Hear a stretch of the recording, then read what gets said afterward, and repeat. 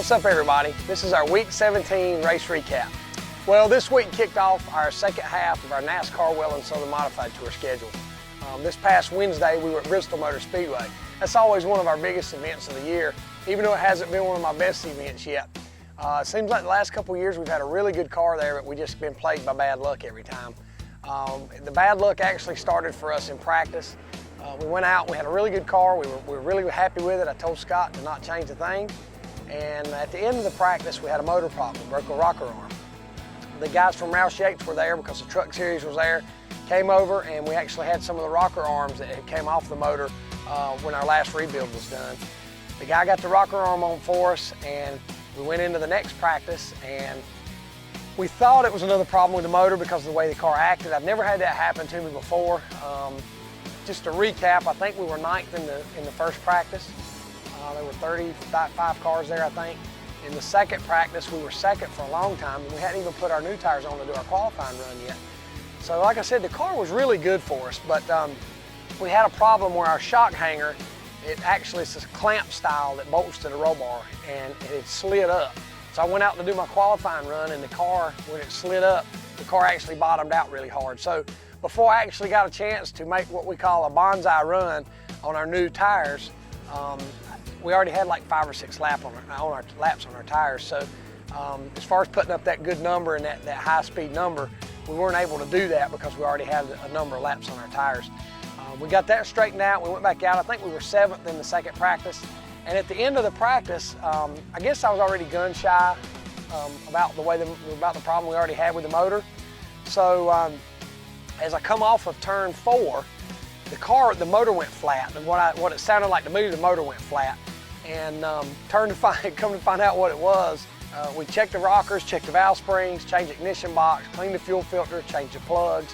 We just went over everything trying to find something that was wrong and couldn't find anything. We got everything ready, got ready to go through tech and got everything done, and when we got over, I cranked the car to go out to qualify, and when I put it in gear, I realized that the rear end had stripped out and was broke. So come to find out, that's what I'd felt, but I guess where I was gun shy, as soon as it messed up, I shut the engine down, and we didn't really get a chance to feel it out to see that the rear end was actually the problem. So for the second year in a row, we had problems qualifying. I actually missed qualifying, so I had to start shotgun on the field, which was 35th.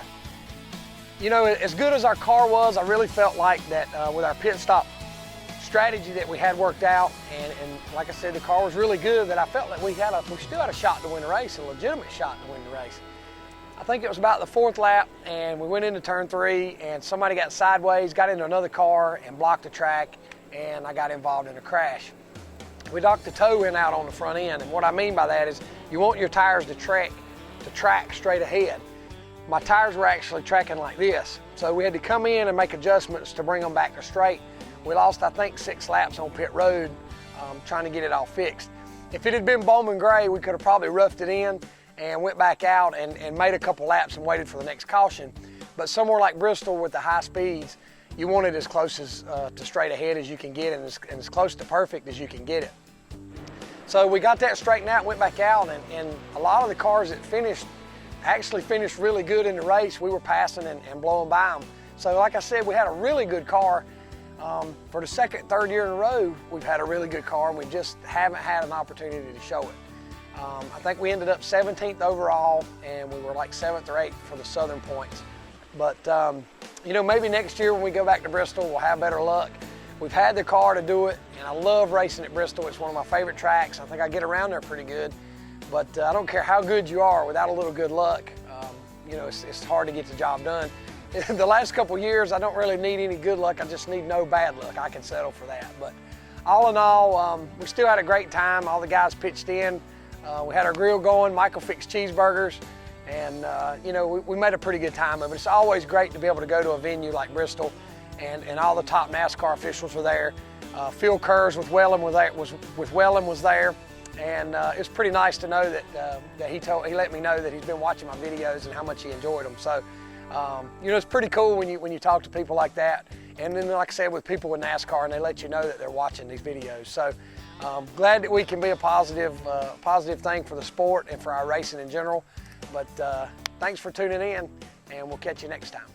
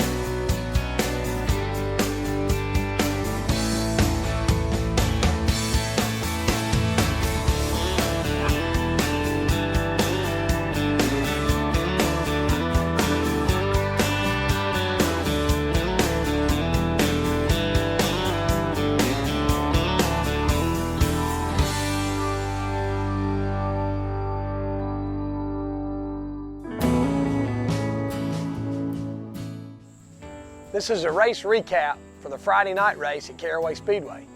After racing on Wednesday at Bristol, we had a really long night Thursday night trying to get the car going because we had to race the same car both nights. We got the car loaded up. I think I hit the driveway up here at the shop to go home about 2 a.m. Friday morning. So there was a couple things that we left that needed to be finished up when we got to Caraway. So when we got the car unloaded and got it up on jack stands, there were a couple things we had to do. We had to bolt some lead down and wipe the car off and that kind of stuff. So as soon as we got there and got unloaded, we went to work. And I think one of the other team's owners made the comment to us that we work harder at the racetrack than anybody else does at their shop. And I told him that's not on purpose, it's just the way it goes sometimes. But we went out to practice at Caraway. We were on our older tires that we finished the race at Bowman Gray on. So they had 200 laps on them. The car wasn't as good as we wanted. The track was really slick that day. We made a couple changes. We put on a better set of tires. And I think by the end of practice, we were getting pretty close to where we thought we needed to be. We drew a big number to go out to qualify. We drew out last to go out. I think we were about 7th or 8th in fastest in practice, which we never put on any new tires, so that wasn't surprising to me. And a lot of times I tell people I can kind of judge by the way the car is driving versus the times that we're putting up. So I wasn't really concerned about that too much. We ended up making 2 more spring and shock changes right before qualifying. We qualified 3rd at a 16 flat. The car was a little bit tight qualifying, which kind of led me to believe that we might be pretty good in the race because we freed the car up a whole lot to qualify because you got on brand new sticker tires, which always tightens your car up. And we make a lot of changes to make the car a lot more freer than we do in the race. So like I said, it led me to believe that we were going to be pretty good in the race. Last time at Caraway, everybody accused me of riding too much and trying to save too much tires. So this time, I had it in my mind I was going to run a little bit harder and see what the car would do. Now, it's easy to sit there and watch from the grandstands or from the pits and make judgment calls on how I'm driving the car or what they think I ought to be doing. But, you know, you can only do as much as your equipment will allow you to do. Now, it takes a better driver to take a 5th place car and win with it than to take a 5th place car and finish 5th with it. Now, I'll give them that, but the car Saturday night was a lot better than we had one at Caraway before, so, or at least in the last couple of years. As the race started, like I said, I started 3rd. I fell to about 6th, and then I worked my way back to 3rd. We got a red flag pit stop. I guess it was around 95 laps. There was an issue with Tim Brown. I think he had an electrical fire in the car, and they had to get the ambulance in there for him. And you know, we're praying for him as far as his health is concerned, as far as that goes. But as we started to race back, it was the 11, then the 09, and then me.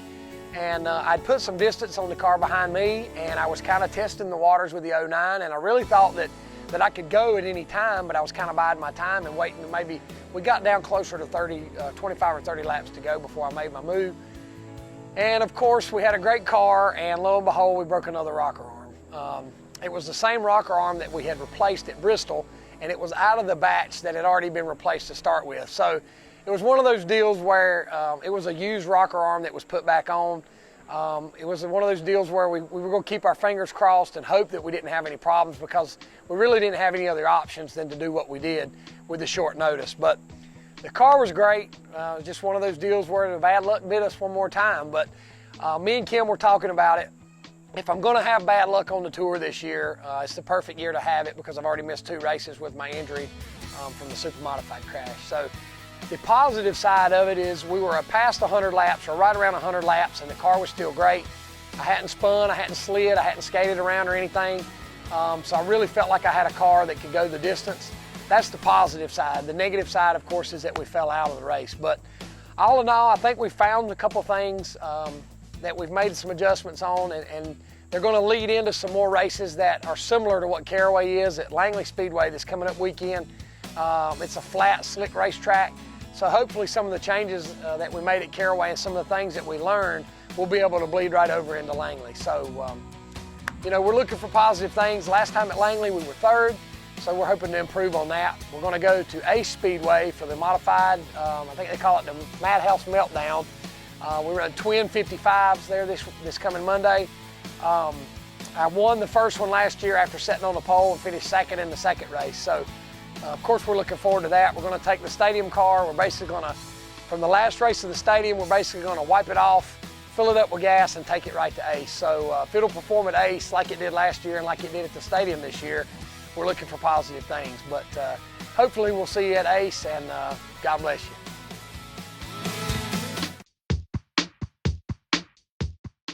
In the racing community, it's all about helping your neighbor.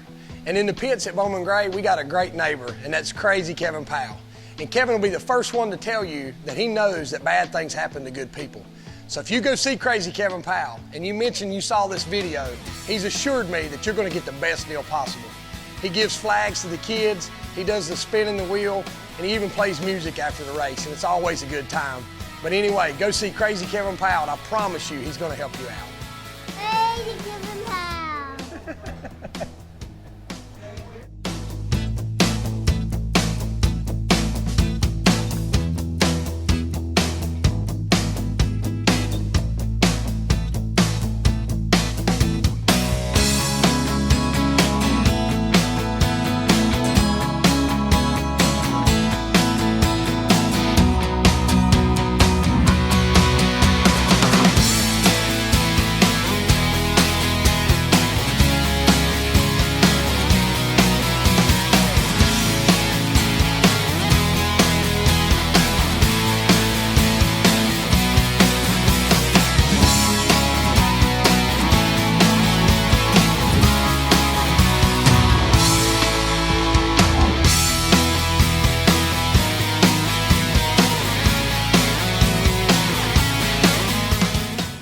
This week started our kickoff, never mind, start over. Hey, I was gonna say. All right, sorry, start over. Well, when we showed up at Caraway, we showed up, okay. Hey, this is the race recap for the Caraway, Friday Caraway, the Friday Caraway race. We'll get it right in a minute. This is the race recap for the Friday race at Caraway Speedway. Well, after racing brisket, you ever raced a brisket? Darn it. All right. You didn't give me the cue, Stephen.